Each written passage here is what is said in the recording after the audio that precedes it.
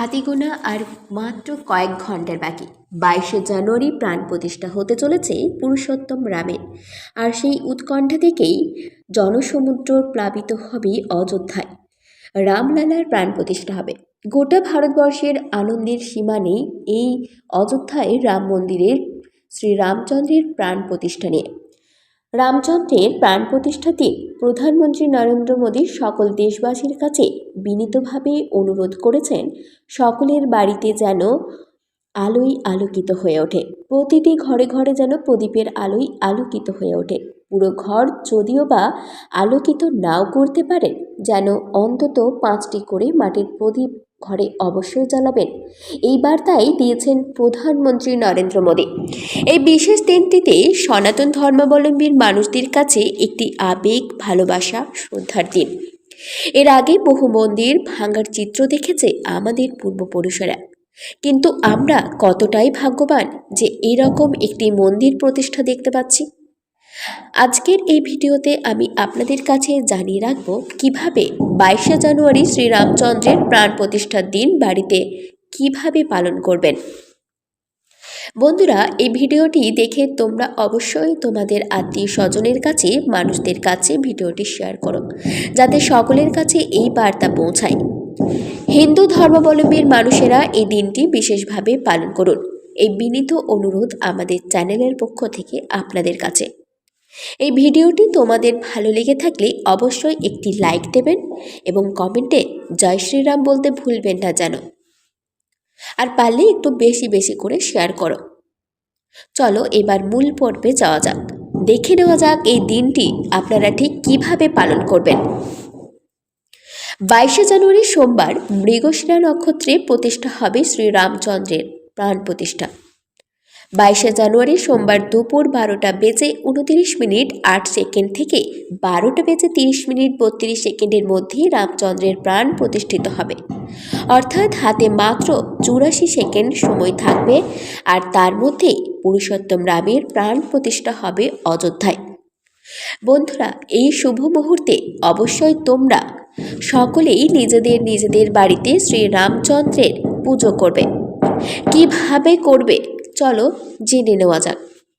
প্রত্যেকেই শ্রীরামচন্দ্রের আলেখ্য অর্থাৎ বিগ্রহকে সামনে রেখে পুজো করবেন। তোমাদের বাড়িতে রামচন্দ্রের বিগ্রহ বা আলেখ্য যদি না থেকে থাকে, তাহলে অতি শীঘ্রই সেই বিগ্রহ বা আলেখ্য জোগাড় করে নিও। আর কিভাবে পুজো করবে তা আমরা আপনাদের জানিয়ে রাখছি। সোমবার দুপুর 12টা পর্যন্ত উপবাস থেকে তারপর পুজো করো। যাদের পক্ষে একান্তই উপবাস করা সম্ভব নয়, তারা জল বা শরবত এই সব খেয়ে পুজো করতে পারেন। কিন্তু মনে রাখবেন, ভাত, রুটি, মুড়ি, চিড়ে এইসব খেয়ে যেন পুজো করবেন না। যদিও বা এই খাবার খেয়ে পুজো করা নিয়ে দ্বিমত রয়েছে প্রচুর। আমি ও আমার চ্যানেলের পক্ষ থেকেও কেউ এটা মনে করি না যে খাবার খেয়ে পুজো করলে ঠাকুরের প্রতি ভক্তি কম হয়।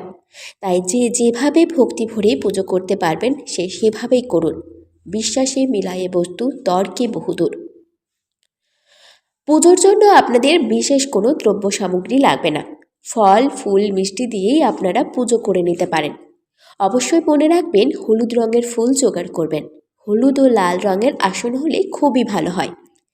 প্রথমে গঙ্গাজল দিয়ে শুদ্ধ করে নেবেন আসনটি। আসনটি প্রথমে ফুলের পাপড়ি ও আতপ চাল দিয়ে সাজিয়ে নেবেন। তারপর শ্রীরামচন্দ্রের আলেখ্য বা বিগ্রহটি প্রতিষ্ঠা করবেন। বন্ধুরা, খেয়াল করবেন যেন আলেখ্যটির মধ্যে রামচন্দ্রের ভ্রাতা লক্ষ্মণ, মাতা সীতা ও হনুমানজি যেন অবশ্যই থাকেন। আলেখ্যটি ও গঙ্গাজল দিয়ে শুদ্ধ করে তারপর একটি ফুলের মালা অবশ্যই দেবেন। এরপর আপনি যে ভক্তি ভরে ভোগ সাজিয়েছেন তাতে তুলসীপত্র দিতে একদমই ভুলবেন না। তবে বন্ধুরা, এই পুজোটি করার আগে গণেশ বন্দনা করে নেবেন। অবশ্যই গণেশ বন্দনার সময় গণেশ ঠাকুরকে লাল জবা ও দুর্বা নিবেদন করতেও ভুলবেন না। অযোধ্যায় রামচন্দ্রের প্রাণ প্রতিষ্ঠার সময় যেন আপনাদের বাড়িতেও রামচন্দ্রের পুজো করতে ভুলবেন না। বন্ধুরা, এরপর আমি তোমাদেরকে বলে দেব কিভাবে অখণ্ড প্রদীপ বা রাম জ্যোতি জ্বালাবেন ঘরে। পেতলের প্রদীপ নেবেন অথবা মাটির প্রদীপও নিতে পারেন। যদি মাটির প্রদীপ হয় সেক্ষেত্রে যেন অবশ্যই সেটা নতুন প্রদীপ হয়।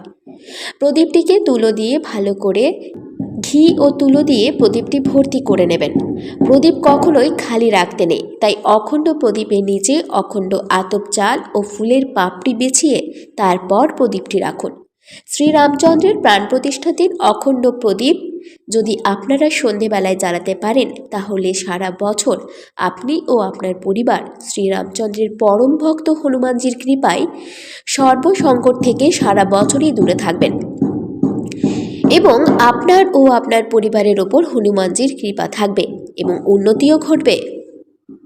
এবার আমি আপনাদের জানাবো কিভাবে প্রদীপ জ্বালাবেন।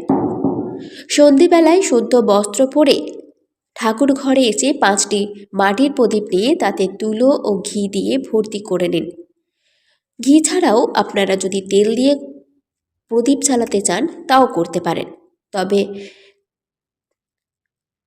এই 5টি প্রদীপের মধ্যে 2টি প্রদীপ রাখবেন ঠাকুরের সিংহাসন বা ঘটের সামনে, আরও 2টি প্রদীপ রাখবেন বাড়ির মুখ্য দরজার সামনে, আর 1টি প্রদীপ রাখবেন বাড়ির তুলসী মন্দিরের সামনে। বন্ধুরা, অবশ্যই খেয়াল রাখবেন যেন শ্রীরামচন্দ্রের উদ্দেশ্যে যে প্রদীপ প্রজ্বলন করেছেন তাতে পর্যাপ্ত পরিমাণে ঘি অথবা তেল থাকে। এমনকি রাত্রে ঘুমোতে যাওয়ার আগেও লক্ষ্য রাখবেন যেন প্রদীপ প্রজ্বলিত অবস্থায় থাকে, তাই প্রদীপের মধ্যে পর্যাপ্ত পরিমাণে তেল অথবা ঘি অবশ্যই দেবেন। যাদের পক্ষে অযোধ্যায় যাওয়া সম্ভব নয় তারা সকলেই বাড়িতে এভাবেই শ্রীরামচন্দ্রের পুজো করুন। বন্ধুরা, ভিডিওটি ভালো লাগলে অবশ্যই শেয়ার করতে ভুলবেন না যেন। এরকমই আরও নিত্য নতুন ভিডিও পেতে এবং সর্বপ্রথম ভিডিও দেখতে আমাদের চ্যানেলটিকে ঝটপট সাবস্ক্রাইব করে দিন। নমস্কার।